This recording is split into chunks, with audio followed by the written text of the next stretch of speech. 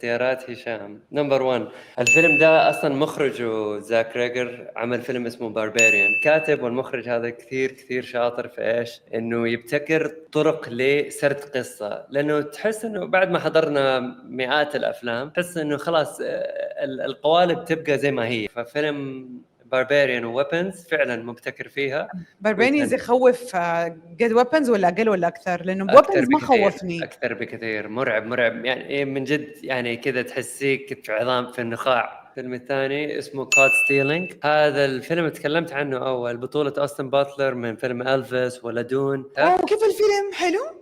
زبالة. اوه نو. وهذا احلى مخرج من احلى المخرجين. انا بي تي اندرسون احسن واحد، بس ايرونوفسكي اللي عمل ذا ريسلر، ريكوين فور دريم، ذا ويل، ماذر. اوف. عبقري المخرج، عبقري، بس هذا كان تعبان.